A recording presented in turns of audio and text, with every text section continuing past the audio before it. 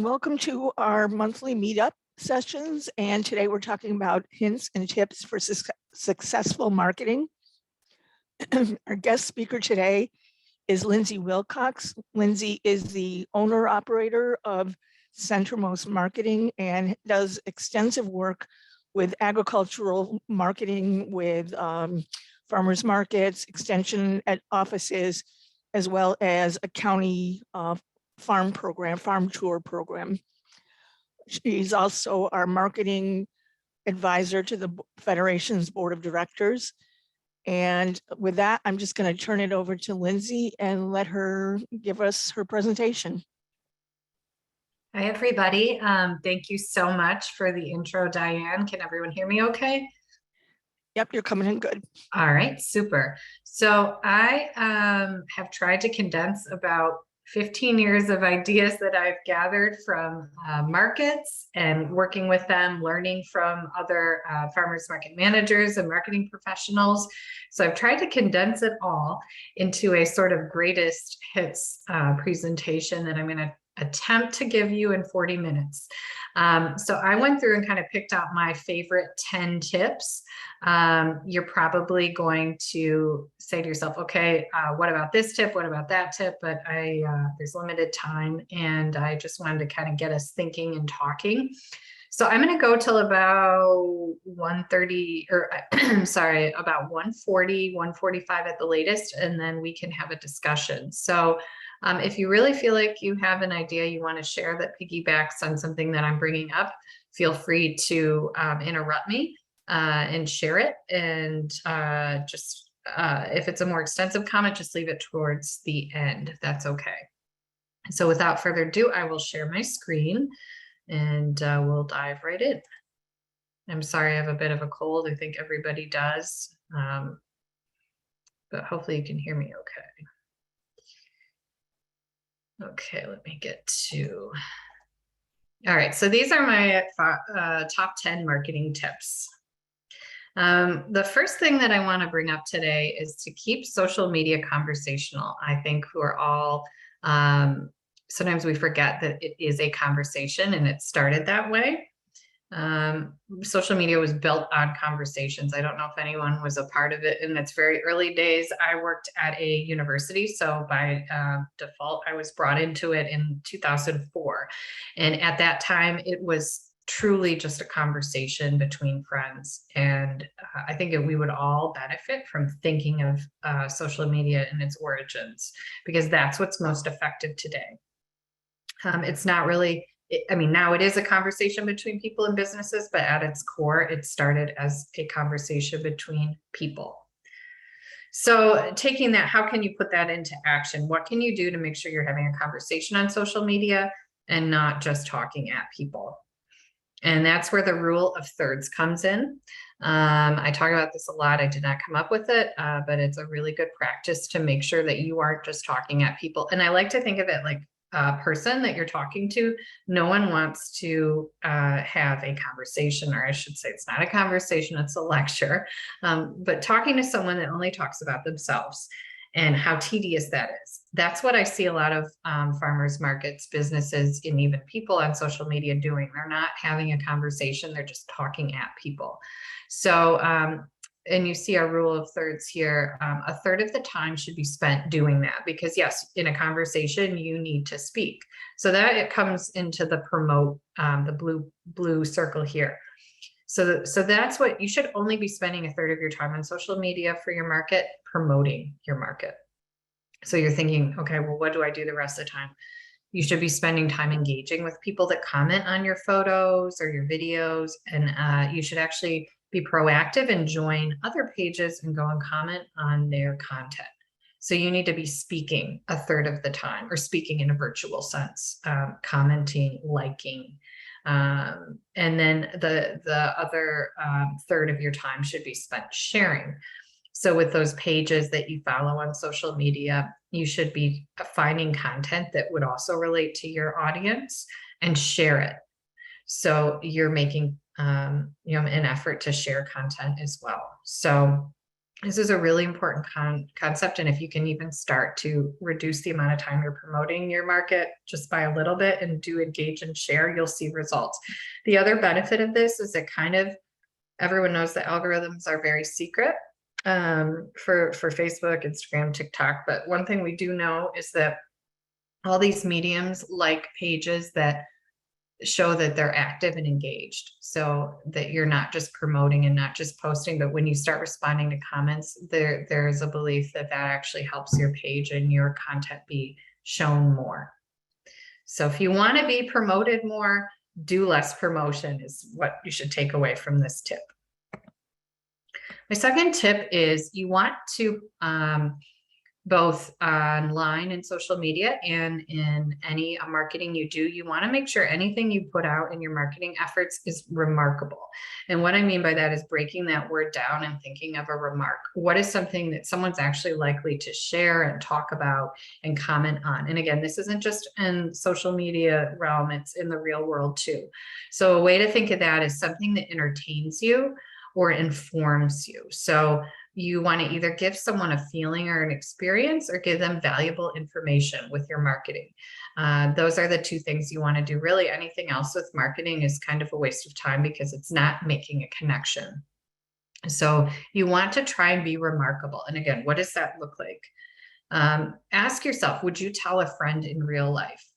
An example would be, let's pretend we're back in April and we're all sick of winter and we're ready for the markets.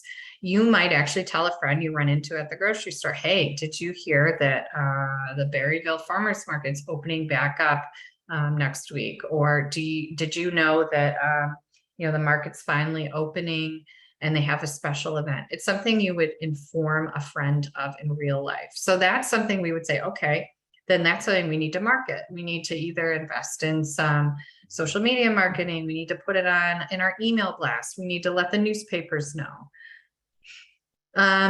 So again, a lot of this does go back to social media because that is the most popular way to market right now. But some examples would be informing, letting people know what you do at your market and go behind the scenes. So another test would be, hey, I didn't know XYZ.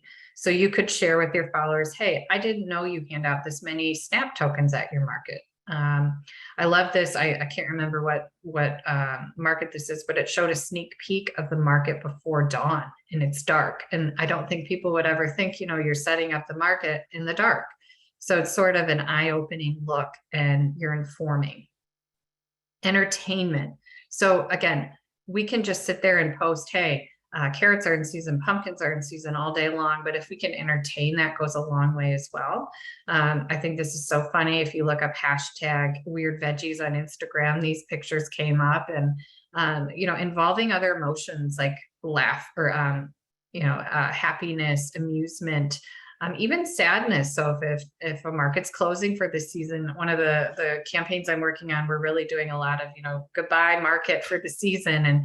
And that's a good thing too, to engage sadness, even with your customers. Laughter and humor go a long way too. I know this is outdated, but I thought this, taking memes that are in the popular culture and making them your own for farmers markets. That's something fun you can do on social media to entertain. Remember, inform or entertain, one or the other. My third tip is to stay true to you. And by that, I mean, stay true to your farmers market's brand. If you don't have a strong brand for your market, that's an entirely different issue. And I would recommend you go to the Federation website and look up. I've done a presentation on branding 101. And I know it's helped a lot of markets, and I hope it will help you if you feel like your market needs to rebrand. But let's assume, like most farmers markets, you do have a brand. Your brand is your logo, your name, the colors you use, the fonts you use. Let's say you have that. My tip here is to stay true to it and stay consistent in everything you do. So an example here is the John Deere brand, which, as you can see, over almost 150 years has not changed much. It's a strong brand. It's recognizable. in everything they do, they're still using that green and yellow. And when you're on, especially on social media, or when you're out in the public, you want to stay true to your brand because that's how people know you. Again, thinking of a person and personalizing your brand, like I mentioned earlier, with being a good conversationalist, thinking of your brand like a person, the people we like are very consistent. We know what to expect from them. We know their demeanor, their temperament. We know what they're going to do. That's the same for your brand. You want to portray stability and continuity in all that you do. This is something that I try to practice what I preach. I did not make this logo. It's a really cool logo made by Dorian Warner in the Catskills, but we came up with this logo in 2016 and we're still using the logo and we're still using the colors and the fonts. I actually think we changed one sub font, but more than almost 7 years later, we're using the same thing. And the reason is trends do come and go, but think of scrolling your Facebook page or Instagram and you want to know immediately that what you're seeing belongs to a specific brand. And again, it's sort of like if you're looking at a list of or scrolling through your personal feed, you immediately know what pictures are from what person because they probably have a style or they have a way of talking. And that's what we want to have for your farmers market too. You want to be unique and recognizable because that's how you connect with people. And that's ultimately how you get people to your market. So this is what I posted 5 or 6 years ago. These graphics, I just did a couple screenshots. That was our brand. That was our look. And then, these are some more post graphics. You don't have to look closely, but overall, you're probably saying, okay, I'm seeing red. I'm seeing hearts. I'm seeing a certain font used. And then I just did a screenshot of what we're doing. This is a current screenshot of our Instagram feed. And as you can see, same colors, same fonts. We have a sub campaign going on right now to celebrate the bounty, but it's the same. So people now have relationships with us and they know that's not going to change. Tip number 4 is to create a content calendar. This is a way to kind of plan out your year ahead. It's really useful for social media again, but you can use it for all of your marketing. And that's because everything is so time-based now, especially with marketing campaigns. It's a lot of their special days of the year. And this is something that you can go to and update, and it can kind of be a living document.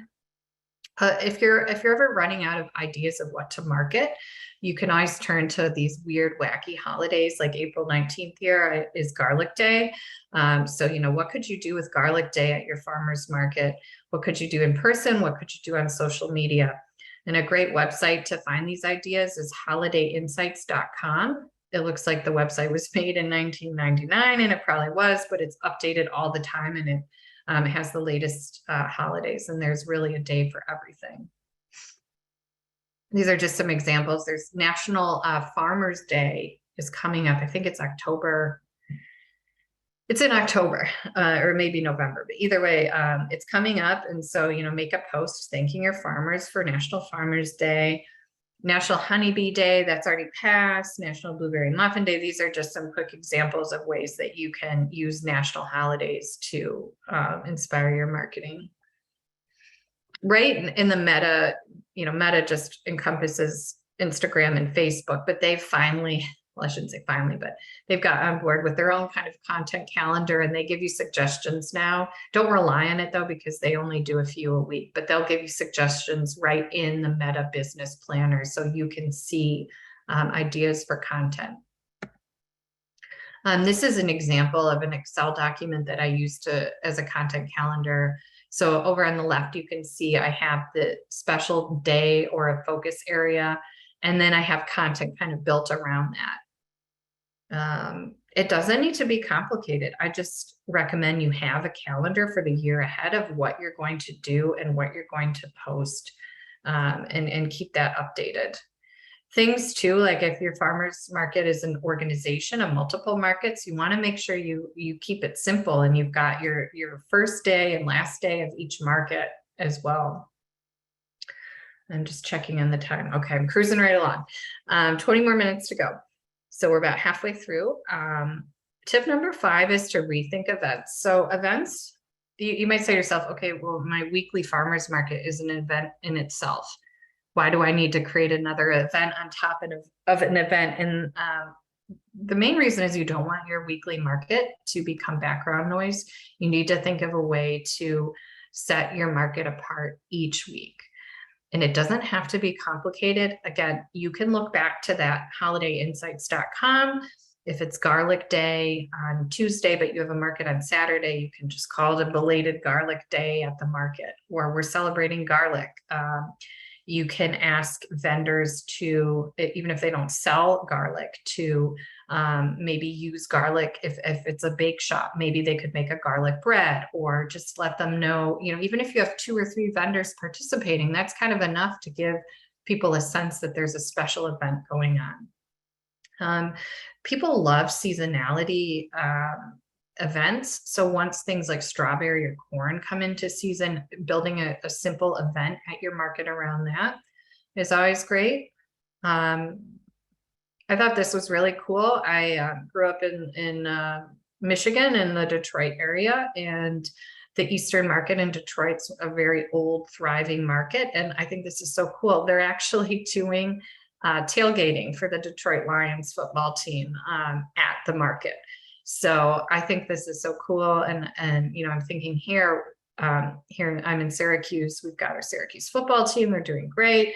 And there's a farmer's market that, is open, and how could they kind of piggyback on that? And, it's okay to have rules. They have, I didn't post it here, but, they don't allow cooking oil. People like to do deep frying. You could even probably, you could regulate it the way you want, but it's just trying to rethink some partnerships and how can you make your market even more enticing to people.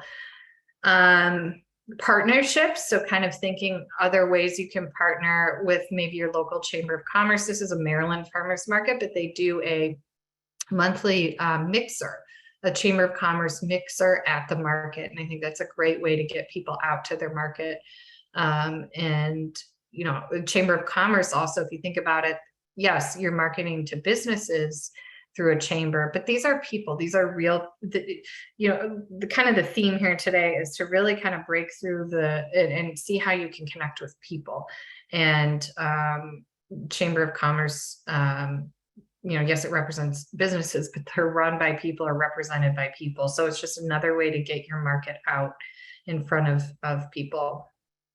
Here's just another list of ideas for special events. You could have the library come to the market, cooking groups, cooking demos, a walk with the doc. So see if a healthcare organization would like to table at your market and lead folks on a tour of, healthy fruits and veggies. Makers markets, so maybe invite some artisans in to sell their crafts. And then animal rescues. I know that's become a little bit more popular if your market allows animals. Not all of them do. So tip number 6 is, with any marketing you do online, print, newspaper, billboards, I know the temptation is probably to put your most beautiful piece of produce right front and center. And yes, you do need to do that. But whenever possible, you want to put people's faces in your marketing, because it's just like human nature. We're attracted to faces. We're going to look for faces ever since we were newborn. We're looking for faces. It's hardwired into our DNA as humans. So just kind of thinking simply here, you want to get faces into your marketing whenever you can. One way I do this with a couple campaigns I work on is through like a featured farmer on a Friday. And we try to I always tell them, they send me 10 photos to feature for their farm. But I say the first picture always has to be of the farmer.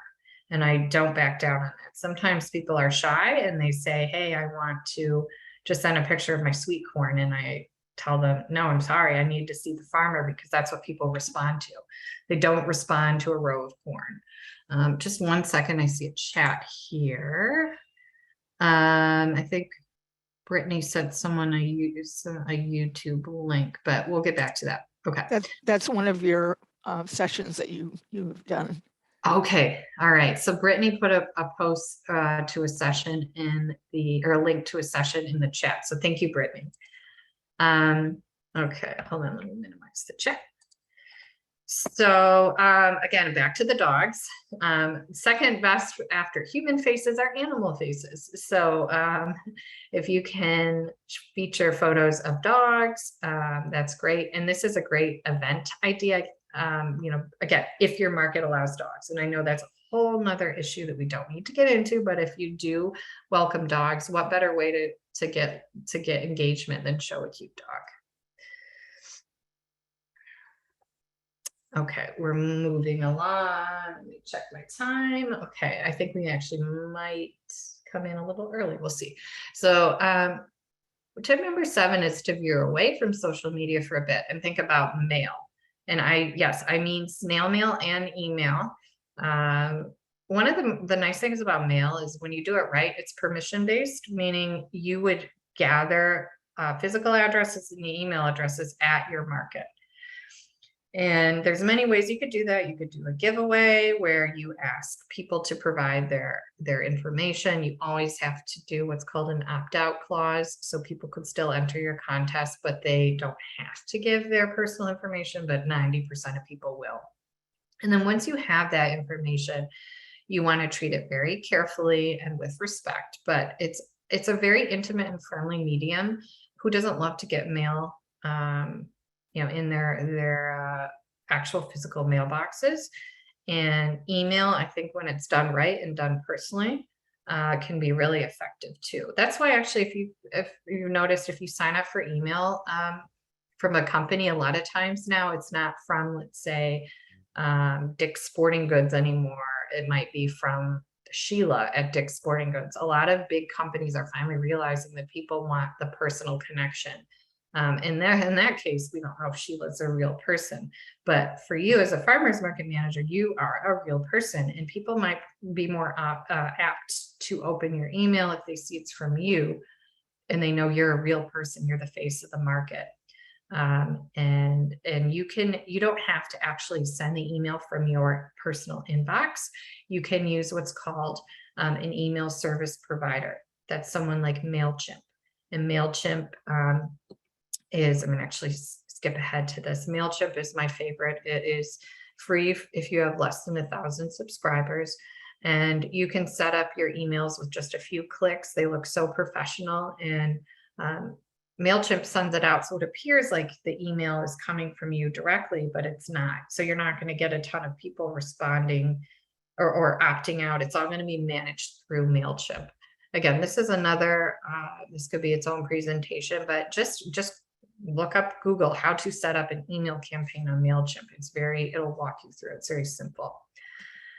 But anyways, when you send mail or email, you want to go back to, is it informative or is it entertaining? And to help you with that, you can think of neon content. So it's something new. Is it an event? Is it a special offer? Is it something people need to know? And if it's not one of those things, do not send an email and do not send a mail piece. You want to make sure you're respecting that relationship, because if people give you their personal information, don't abuse it and spam them. So anyway, email, because it is free or very low cost. I forgot where I got this statistic, but it is a 44-to-1 return on investment. That's because it doesn't take long to do. You're going directly to that person. It's a one-on-one conversation, and it is, it's a great return on investment. It's also trackable, so you can see if it's moving the needle or not. So I really like email campaigns for markets. Tip number 8 is to do some public relations. So public relations is another free strategy. It's not free in the sense it takes your time up, but it doesn't cost anything to do public relations, because the very nature of public relations is that you are contacting the media, letting them know about something going on at your market. And you are just asking them if they would like to feature it in their media. So you're not paying, otherwise that would be advertising. So public relations by its nature is free. It's the traditional way of doing it is you write a one-page press release and then you would, send it out. You used to fax it over to radio, TV, and newspapers. Now it's more personal. So what I would recommend you do is go to the online newspaper, your local newspaper online, see who covers, click around, use the search function, see who covers food and dining or community affairs. Send them an email and be personal, and maybe not even bother with a press release.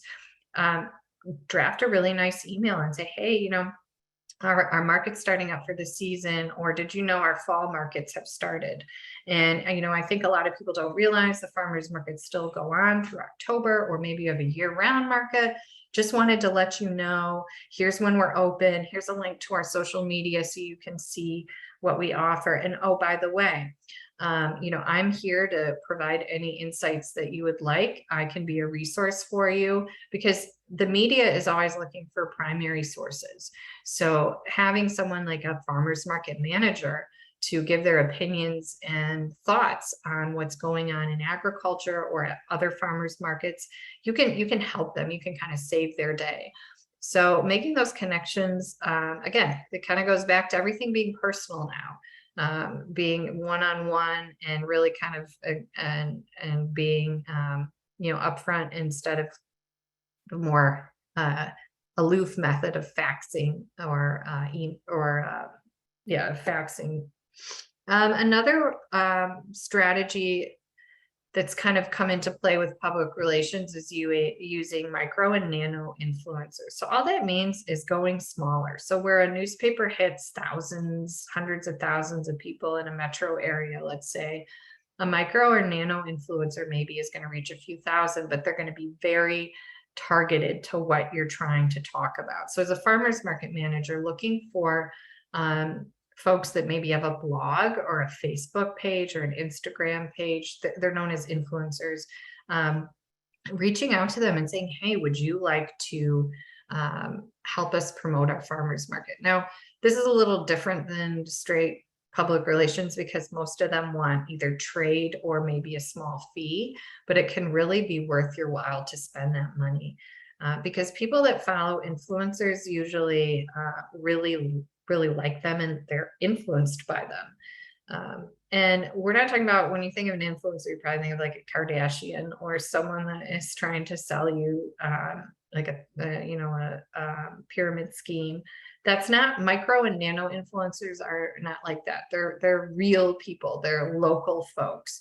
And the way to find them is, there are some agencies that you can use to help you connect with influencers, but real small influencers you can find yourself. And that would be by looking at who follows your page now, seeing how many followers they have. And if you see someone that's got a couple thousand, they're an influencer. They have influence, because that's a lot of people to follow you. So just reach out to them and ask, hey, would you be interested in coming to our market and learning about it, and then sharing what you know with your followers. This is just an example of someone that might be, this was someone I found when I was looking for the Catskills, for an influencer in the Catskills. So this is someone that I looked at, and I think he had like 3,000 followers. So, he just is a popular social guy, and that's what we want. We want someone, as long as they align with the values of your market, then, reach out to them and see if they'll talk about you. Okay, 5 more minutes. So, tip number 9 is to use Facebook groups. So I love Facebook groups. They are like my secret weapon for promotions, because it's free to use them. And what you want to do, it used to be that you would only join Facebook groups as the person, but now you can join them as your market, assuming your market, has its own Facebook page, which it should. But anyway, you can join a group and you can go into this group and post, depending on the group's guidelines, but post about your market. So you can also do it as yourself, and I would recommend doing both. So some groups to join would maybe be, I'm in Central New York, so CNY foodies, or parents groups, or seniors groups. So anybody that's looking to do something, with their kids, or an active senior group, or even, thinking beyond that, people that are trying to lose weight. So maybe there's a weight loss group, inviting them to come out to the market. You get creative and see what groups are in your area. And then what you want to do is use your rule of thirds. You don't want to just join the group and start saying, hey, come to our market, because that's rude. You want to get active in the groups. You want to like other people's posts. You want to share interesting content, not about your market, but maybe related to agriculture. And then, yes, every so often you can let people know about your market. These are just a few that I've joined as the group that I manage on Facebook, Onondaga Grown. It's our county agriculture group. I joined things like Eat Local New York, the Community Bulletin Board, Believe in Syracuse. I love Syracuse in upstate New York. And I just occasionally will go in and post. Last but not least, everyone is the latest social media cool kid on the block is TikTok. So everyone's like, well, should I be on TikTok? TikTok's great if you are comfortable, get on it right away. But if you kind of want to ease into it, Facebook and Instagram have their own kind of version of TikTok called Reels. It's very easy to make a reel. You can just take your phone at the next market and take a vertical video of your market. And then when you log into Facebook, it will say create a reel. And you can just type some text, pick some music, and that is all you need to do to make a reel. And reels are gaining in popularity because they're short, they're engaging, and they don't need to look perfect. These aren't things that you want to hire an ad agency to make this perfect, beautiful reel. It's something that needs to look casually done. If you do want to use a little more forethought, you can use an app called Canva. And I love Canva. It's like $75 a year, or it's free depending on, what you want to do, but you can make reels right in Canva. I love Canva. I can't say enough good things about it.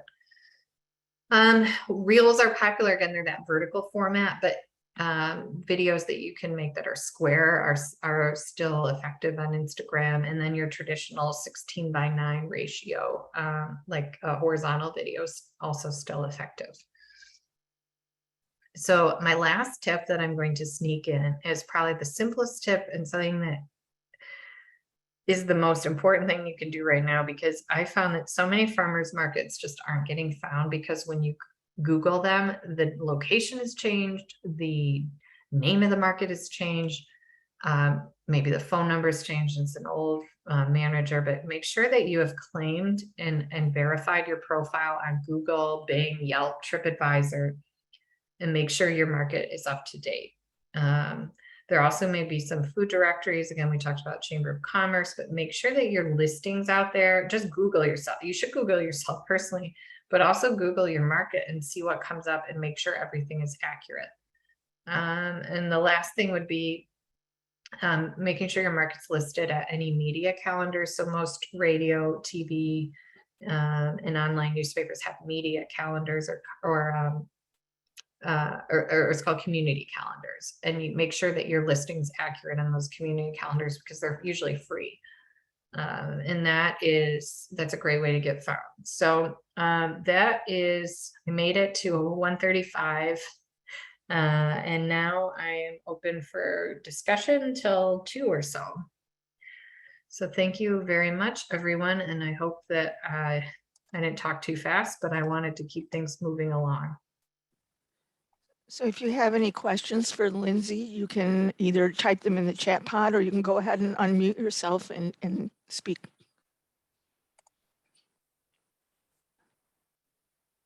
Or maybe you have questions about some marketing materials or events that you've done that you'd like to share.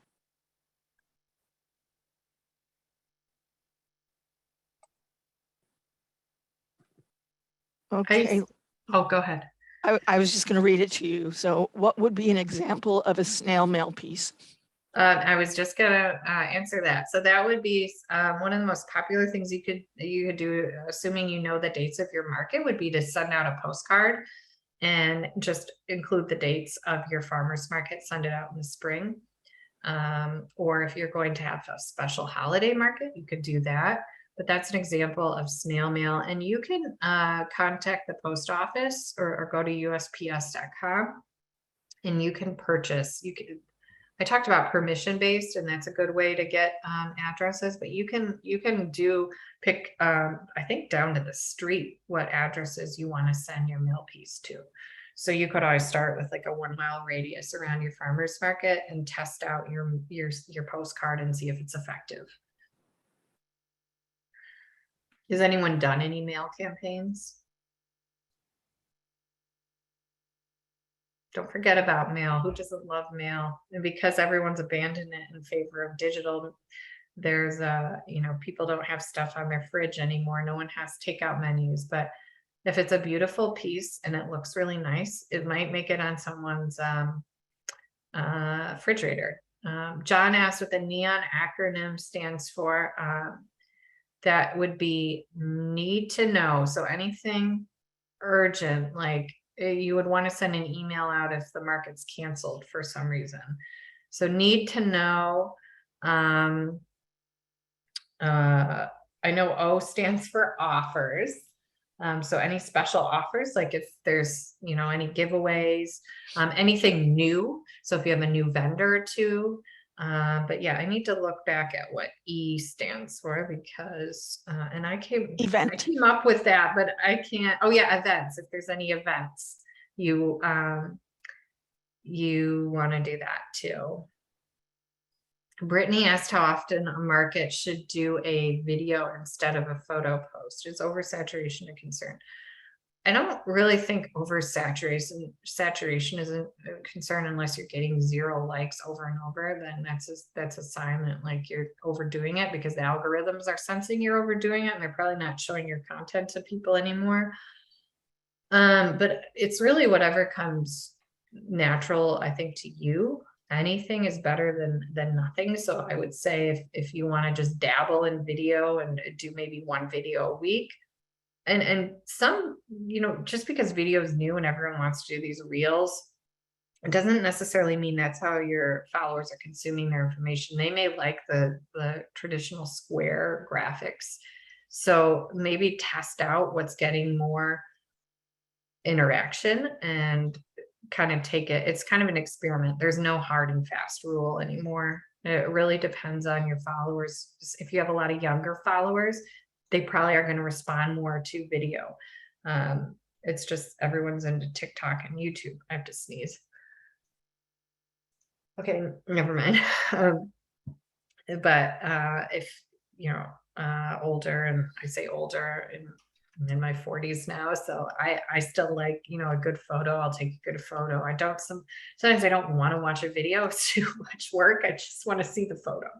So just experiment and see what works best for your audience and then kind of tweak it that way. Let's see what we have here. We did a bike to the market day. That's a great idea. Hike to the market. That's really great too. I love this. So that's such a cool idea. Amy Peters. Amy, where's your market? In Long Island? Yeah, Deep Roots Farmers Market in Glen Cove. That's awesome. And So then we're also doing a chili cook-off in Great Neck this week. I don't know how legal it is, but we're doing it anyway. your secret is safe in this. Yeah, I figured. But yeah, that's a really creative. People love things like this, like tracking their mileage on an app, and then winner gets a gift certificate and a tote. And if anyone wants to read along, this is in the chat, so people are putting their questions in the chat or comments. Diane said, how do you choose the music for reels without getting in trouble with ASCAP? That's a really good point.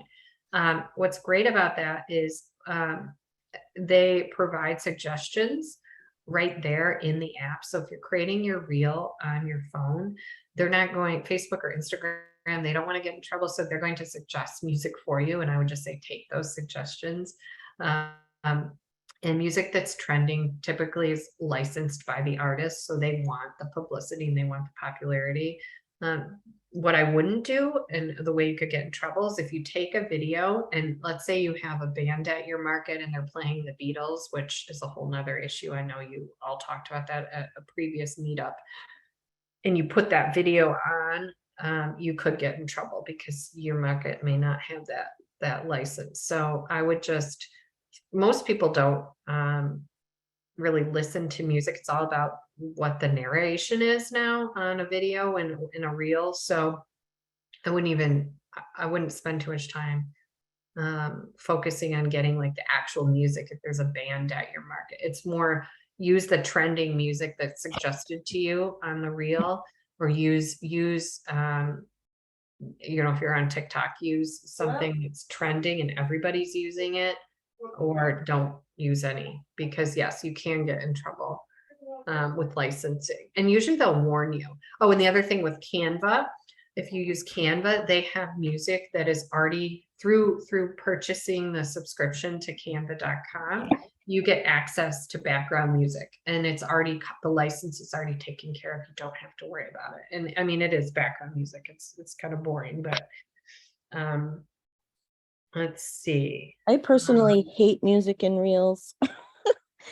Yeah, It's so annoying unless, when I'm scrolling. I find it really annoying. So I try to find like music that's really like just very yeah, ambient or not too jarring. But I yeah, have so many vendors that use it in their reels, and when I share their stuff to my stories and I'm like watching it, yeah, it shocks me. I like have to shut it off. So yeah, I sort of warn against using it. yeah. And you know, TikTok's really music based. So in reels, it's either, the focus is either on like it's a specific song that's trending and it's part of the concept. And if you just start looking at reels, you'll understand what I'm saying. And that's what I encourage you to do, is just start browsing and lurking, and then go ahead and make one. So see what they're all about. But it's either the center concept of the reel, or it's doesn't matter at all. And when it's the center concept of the reel, it's a song that's trending, and you usually don't have to worry about licensing fees because there's millions of people using it. So yeah, so Brittany says there's a song that says, if anyone's on, and when I say on, I don't post my own reels or TikTok videos, but I love looking at them. One of the trends on them was this song, I think it was by a Motown group, and someone sped it up. And so they say, oh no, oh no, oh no, no, no. And it's used when, you know, something is happening, and I actually think it's hilarious. When you hear it, you know, something is going to happen that is like it'd be like someone, you know, going to a farmer's market and accidentally knocking over a stack of corn. That's when you would hear this song. And so in that situation, the music is actually part of the reel. It makes it more impactful. And the algorithms, if you use a trending song, are technically they're probably gonna show your video more often. So it's kind of a double-edged sword, because yes, like Brittany said, like some people can't even handle that song. They don't want to hear it anymore. But in other instances, it's gonna add and make your video more amusing. So it's kind of a tricky line to cross. And if this is all sounding like not making any sense to you, I was you about a few months ago. That's when I started to really say, you know, I can't ignore this TikTok trend anymore, and I need to just see what's up. And now and when I say TikTok, Instagram and Facebook Reels are often TikTok videos that are just moved over to Facebook and Instagram. So you don't even need TikTok. You can just use Facebook, Instagram, Reels to kind of dive into this trend. But just look up Reels on your Facebook and Instagram pages and just start watching them. And it's a kind of its own culture, and just immerse yourself in it. And it's entertaining. You're not going to regret it. You're going to find it very entertaining. When I first started exploring it, I think I spent a couple hours. They're fascinating, entertaining videos. what are the rules for posting pictures of people, kids in the background at your market? The kind of rough rule is that if you can't identify someone easily, then you're safe. So if you're doing crowd shots, you're usually okay because you're not zooming in on anyone and they're not identifiable unless you're like, CSI and trying to figure out who's there. When you're in a public place, it's kind of expected you're going to be in the background. You can be in the background of someone's photo. It's just you don't want to linger. If you're taking a video or a photo, you don't want to linger on anyone's face.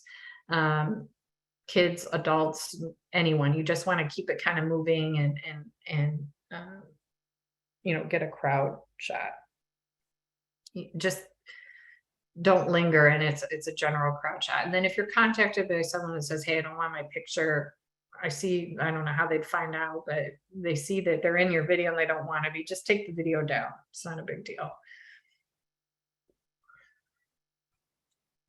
Now, if you want to get a picture of a kid smiling, and we all know about the little, well, if not, you got to look it up. It's adorable. The little boy that said he loves corn.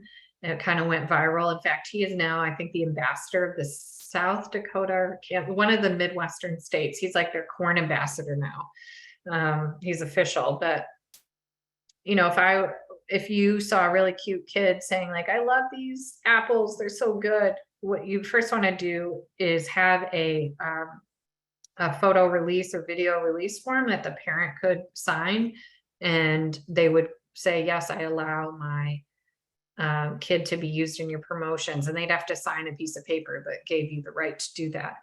Never rely on parents saying, "Sure, no big deal," because you need that written proof if you're gonna like actually focus on a kid and have that kid in your thank you, Adrian, for posting that link. It's so cute. You all should check it out. He is the cutest little boy.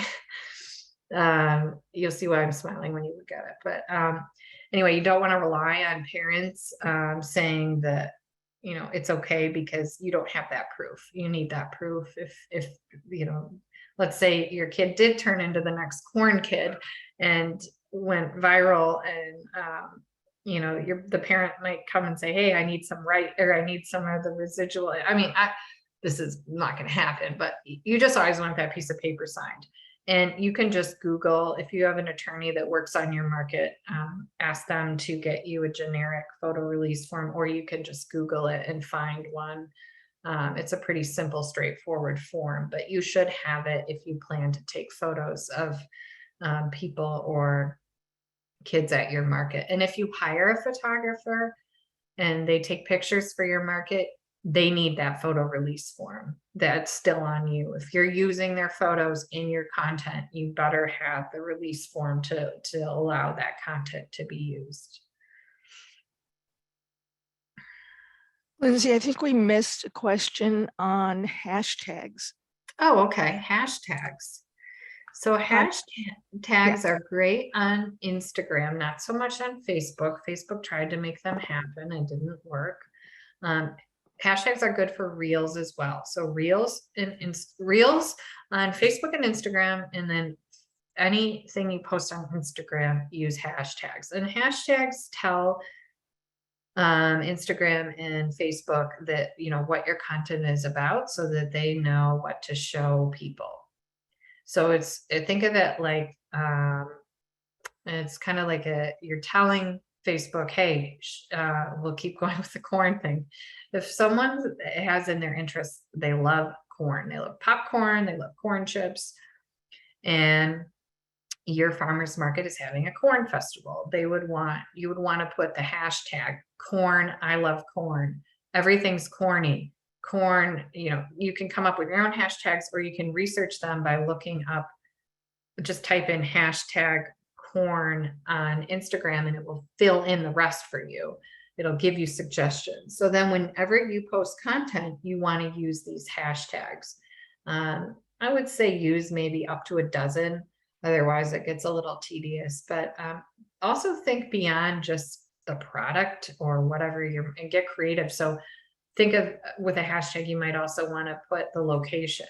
So yes, you're promoting corn, but where are you? Where's your market?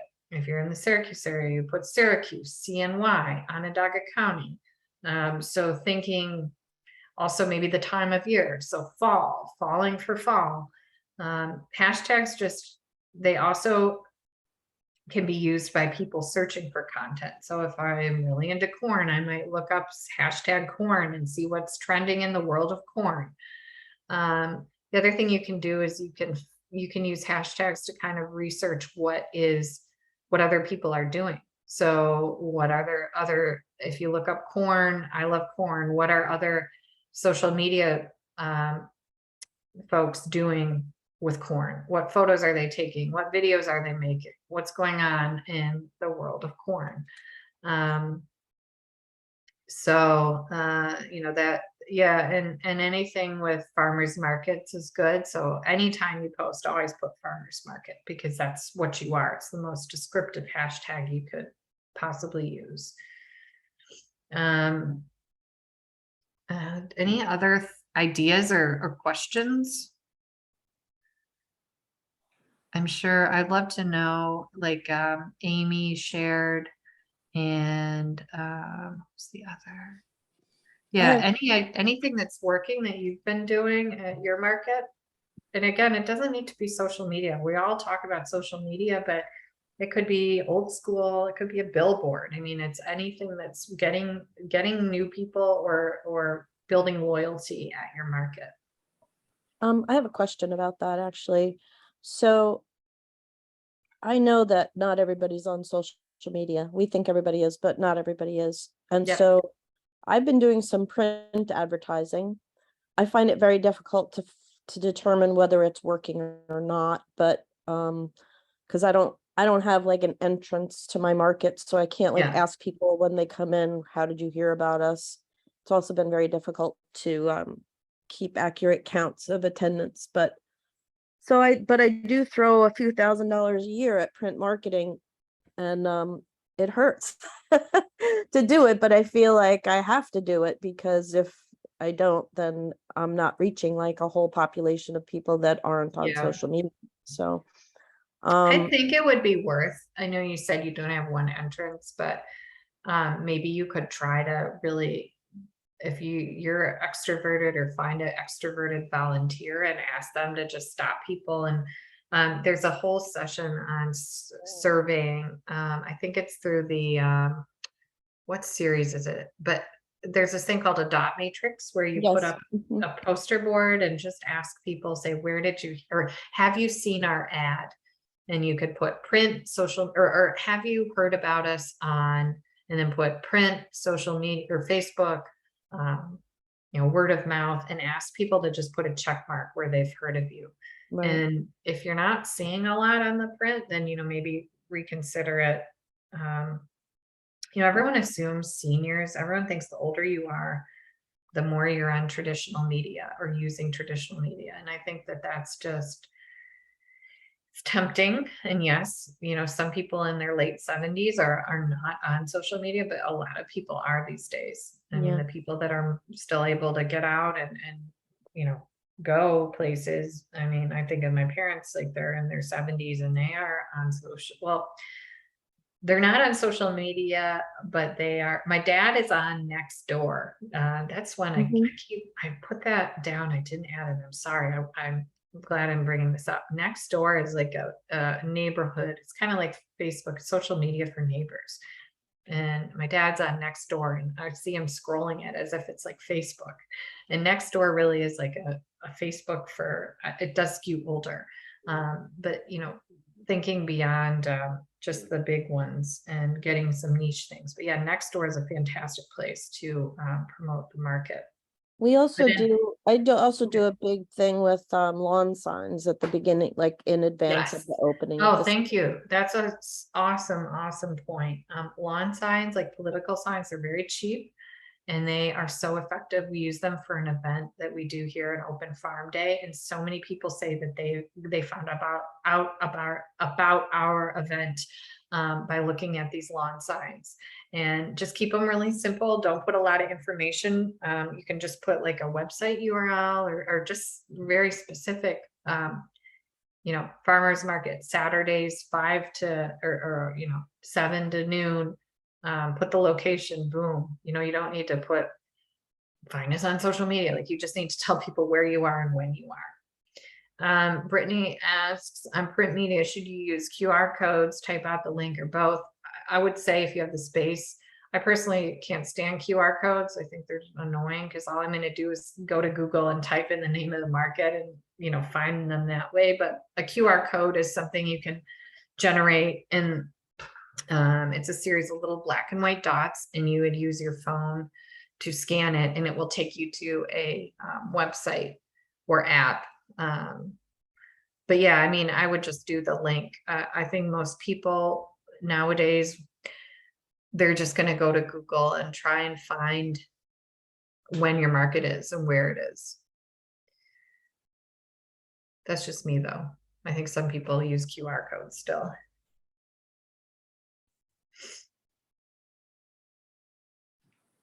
Any other thoughts? Oh, that's cool. Let's see. Someone said metallic signs for cars work for us. So it's like magnetic ones that you can stick on. So whoever gets I'm assuming the market manager would drive around with the logo on their car. It's a great idea as long as you're a good driver. No road rage. That's a really cool idea. Okay, we're coming up on 2 o'clock. So if anyone has any last questions, we want to get them out. We want to be able to give you all the assistance that you need. Oh, Adrian, yeah, I do not have a website. I know it's hard to hear that from a marketing person, but I'm a mom of 2, and I'm not actually taking on any clients. So I kind of like to fly under the radar. So I do not promote myself right now. I am working in a few years of kind of hiring some people and getting bigger, but right now it's just me, and I kind of focus on working with the federation and a few clients that I have. So you will not find me except here. So if you do want to talk to me further, you can email me. Let me put my email on the screen. Oh, thank you. I think they say it's a saying like the shoemaker has really bad shoes or no shoes at all. That is me. I build websites, but I don't have one because I don't want anyone to find me because I can't take on any work. But anyway, I have done this is probably like my, I don't know, 25th. I've done dozens of presentations with the Federation. So if you like my approach and how I share my information, I have a bunch of other webinars on the Federation website that you can access. So, but again, if you have questions, you can reach out to me directly and I will help you. And even though I'm not taking on any new clients, I can refer you to other people that can help you for sure.